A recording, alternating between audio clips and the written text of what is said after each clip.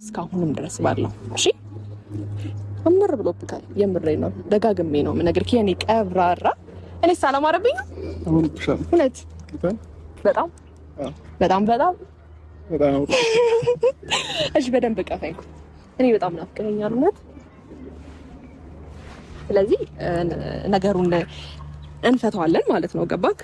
እኔ ለማንም ጠላት አሳልፌ አልሰጥህም። ገባክ?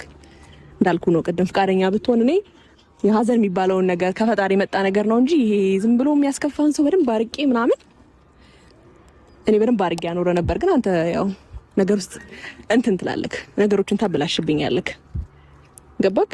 የፍቅር ሰው ሆነህ ልብህን ንጹህ አድርገህ እስከ መጨረሻው ድረስ አብረን እንድንሆን እፈልግ ነበር። ታውቃለህ ነገሩ በጣም ጥላችን የተመቸህም እየመሰለኝ ነው። አራ አይደለም ኤርሚ ጌታ እንደዛ አይደለም። አይ ኩርፌ ተመችቷል መሰለኝ። ችግር የለውም። ሲቲን ዘፈላላ ነው ወይ ነው እውነት